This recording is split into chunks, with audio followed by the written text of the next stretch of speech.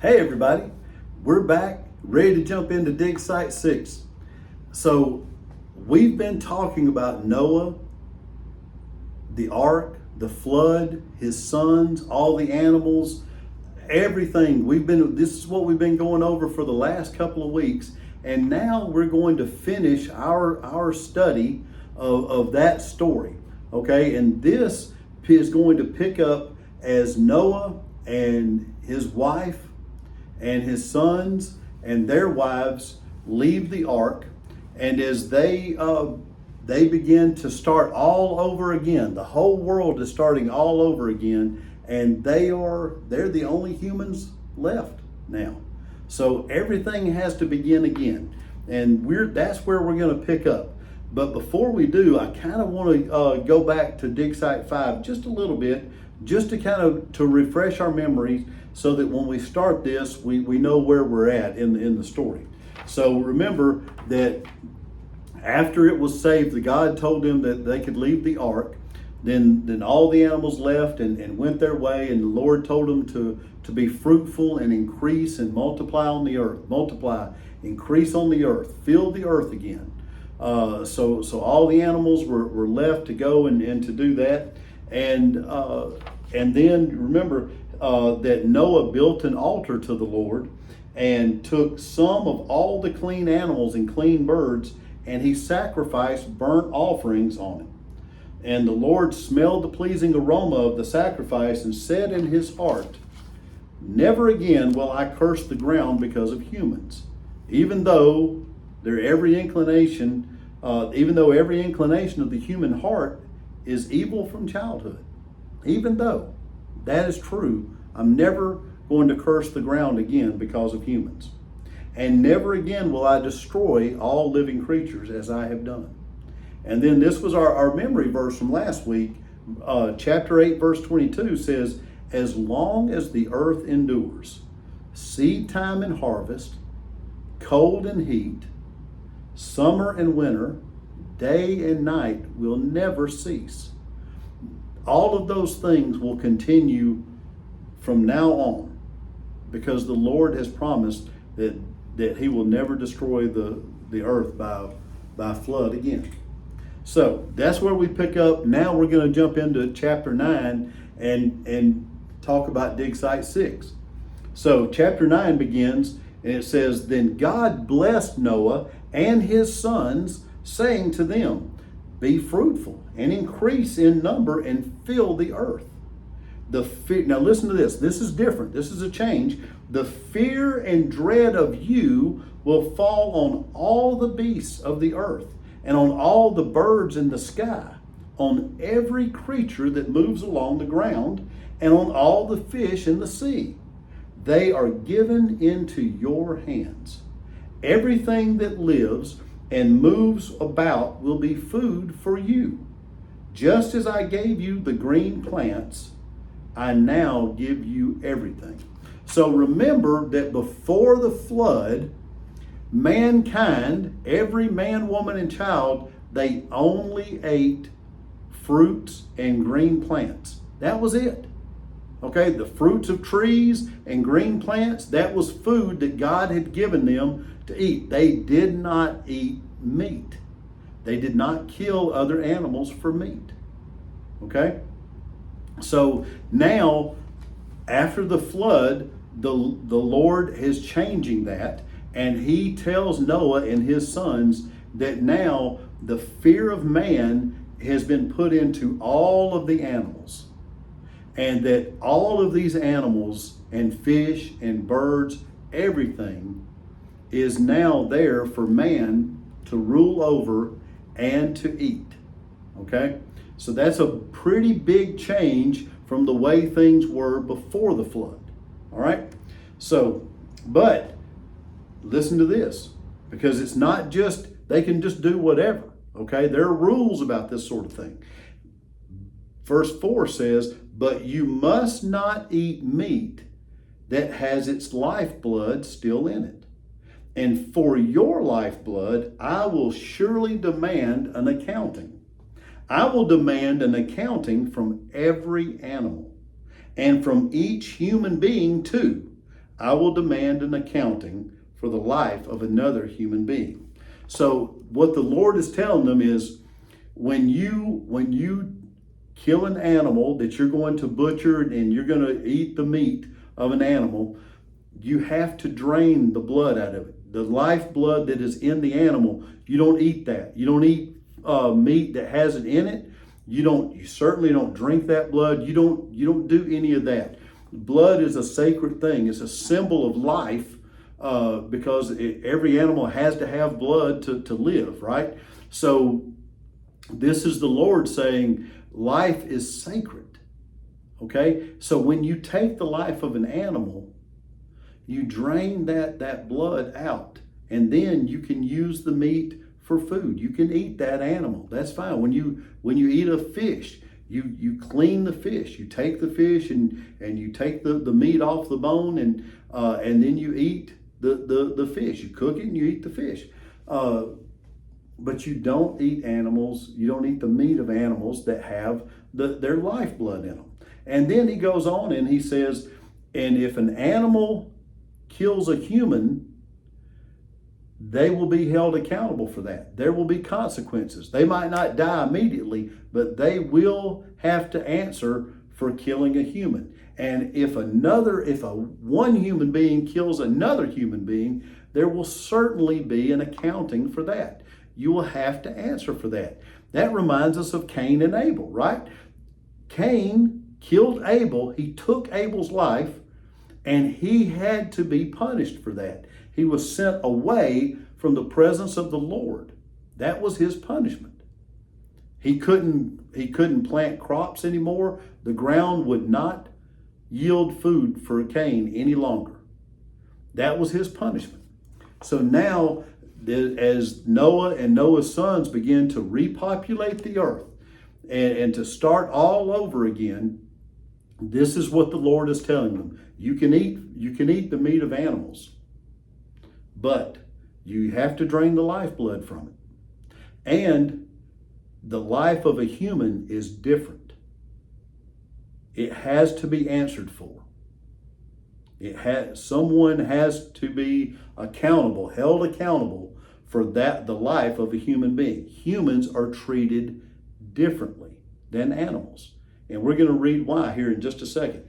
It says, whoever sheds human blood, by humans shall their blood be shed. Humans will punish other humans for killing someone.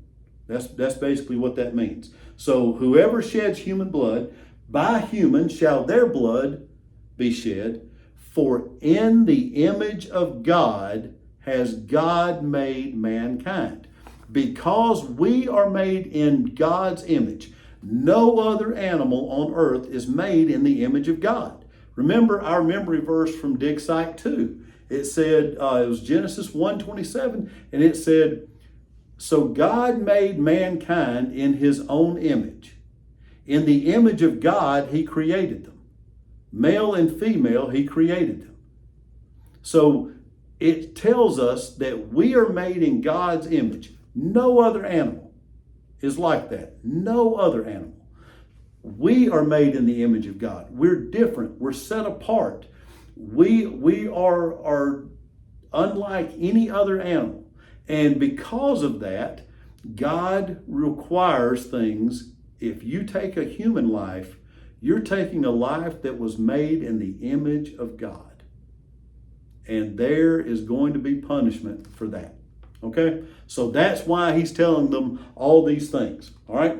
Then in verse 8, it says, then God said to Noah and to his sons with him. Now listen to this. This is a big one. I now establish my covenant with you and with your descendants after you, and with every living creature that was with you, the birds, the livestock, all the wild animals, and all those that came out of the ark with you, every living creature on earth. I will establish my covenant with you. Never again will all life be destroyed by the waters of a flood. Never again will there be a flood to destroy the earth. Now here's why that's important. He makes this promise, this covenant, this agreement Okay, a covenant is a binding agreement, a binding contract, an agreement with us and the Lord. We are in covenant together. This is a promise that He is making to us, and we just have to be obedient. We just have to believe in it and trust the Lord that He's going to do what He says He's going to do. So here is this covenant, and He says, never again will I flood the earth, and never again will I destroy the whole world by a flood. Never again will I destroy life, all life, with a flood. Never again. And He made this promise not only to all the animals that were on the ark, and not only to Noah, and not only to Noah's sons, Shem, Ham, and Japheth. He also made that promise and entered that covenant with their descendants. Who are the descendants of Shem, Ham, and Japheth? Everybody. Everybody is a descendant. Every person that lived after the flood comes from one of those three men. We are all descendants of either Shem, Ham, or Japheth. All of us. So we are the descendants. That means that God's covenant and His promise that He would never destroy the earth by flood, He didn't just make that promise to them, He made that promise to us. That matters to us. That's something that we can count on. If it starts to rain, even if it floods where you live, and sometimes that happens, we can be certain that the earth will not be destroyed this way. We know that the earth will not be destroyed by flood because God promised He would never do that again. Okay? And that promise is as good to us as it was to Noah. All right. So, verse 12 says, and God said, this is the sign of the covenant I am making between me and you and every living creature with you, a covenant for all generations to come. And now we get to our memory verse for this week. Chapter 9, verse 13, He says, the Lord says to Noah, I have set my rainbow in the clouds, and it will be a sign of the covenant between me and the earth.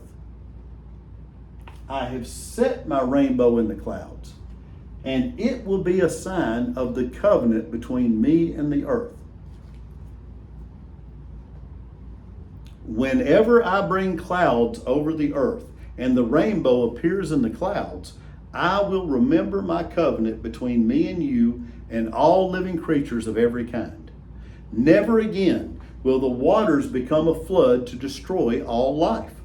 Whenever the rainbow appears in the clouds, I will see it and remember the everlasting covenant between God and all living creatures of every kind on the earth. So God said to Noah, this is the sign of the covenant I have established between me and all life on the earth. So the rainbow, when we ask, what is the sign of the covenant between God and earth? The rainbow.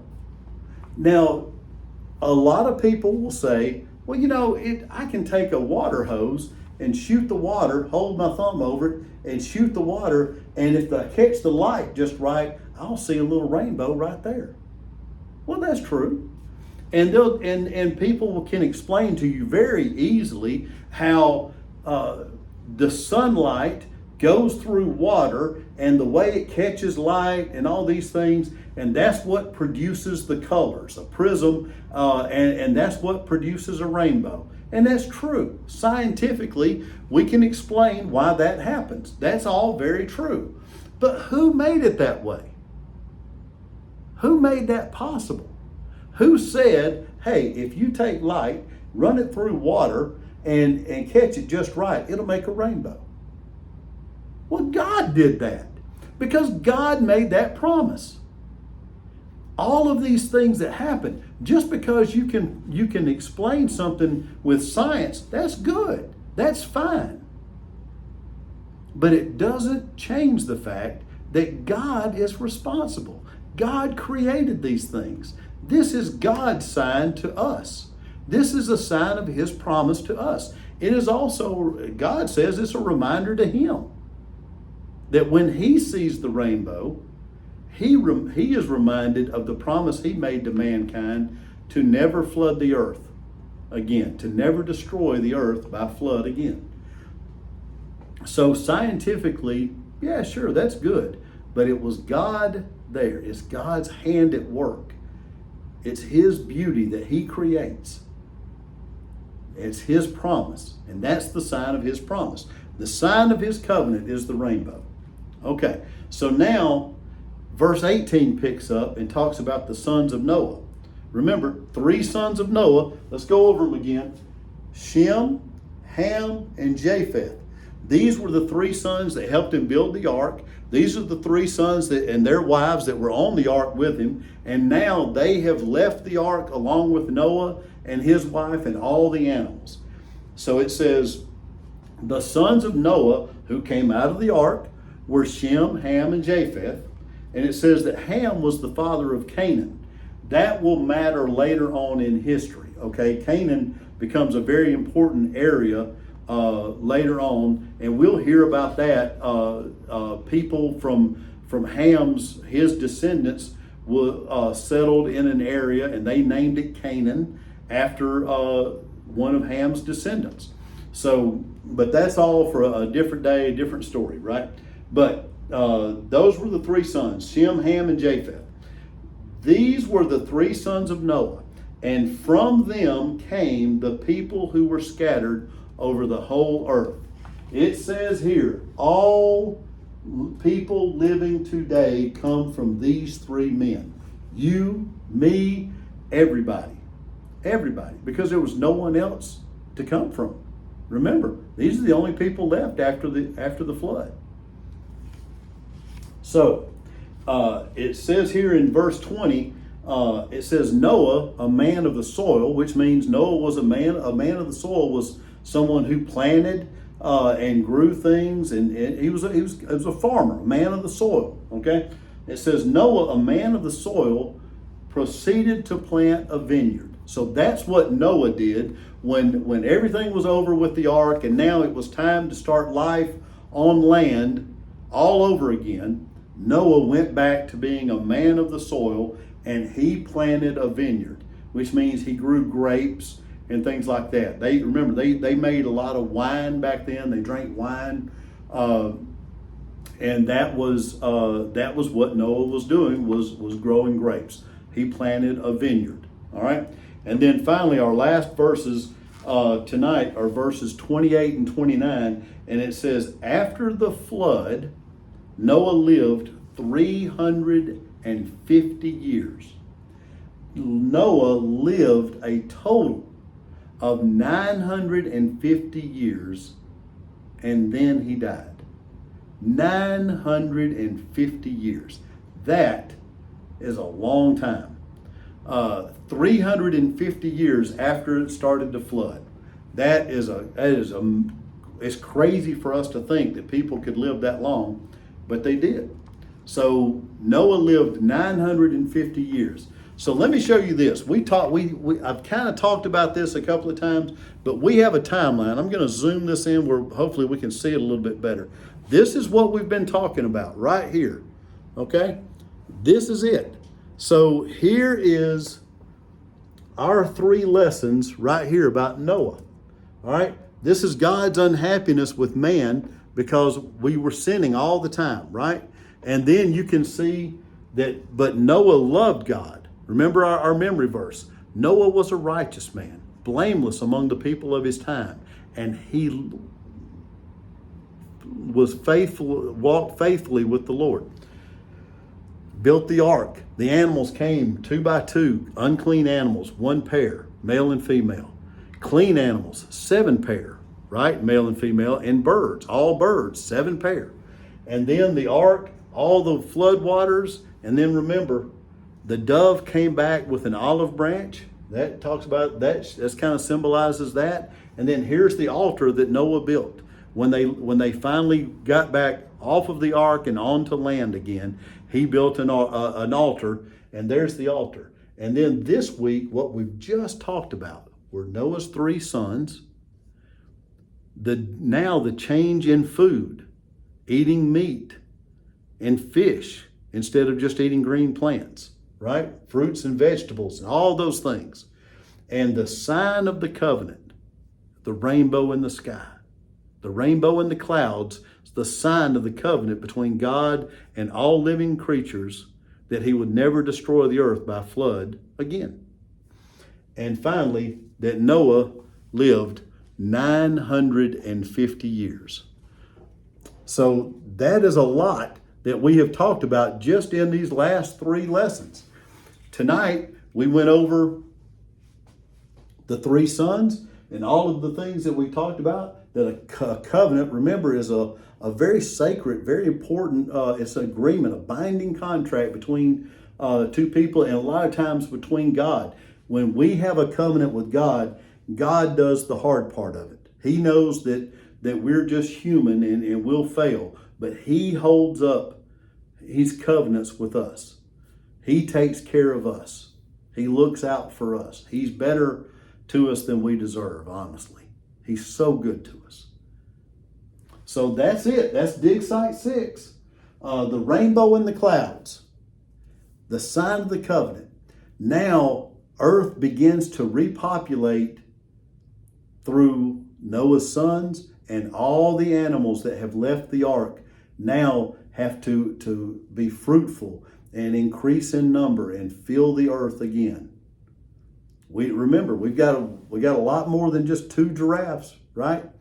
So they had to make little baby giraffes, and then they grew up and they made more giraffes, and more and more and more, and the world was refilled this way. So that's the story of Noah. We've been at it for 3 straight lessons, but it's been really good, and I hope that we've all learned something that maybe we didn't completely know when we started this. We knew most of this story. We probably knew almost all this story, but I think there were a couple of little things that have been like, oh, wow, well, I don't think I knew that. Hopefully so. So, hey, keep working hard, keep doing good, and we'll keep coming back.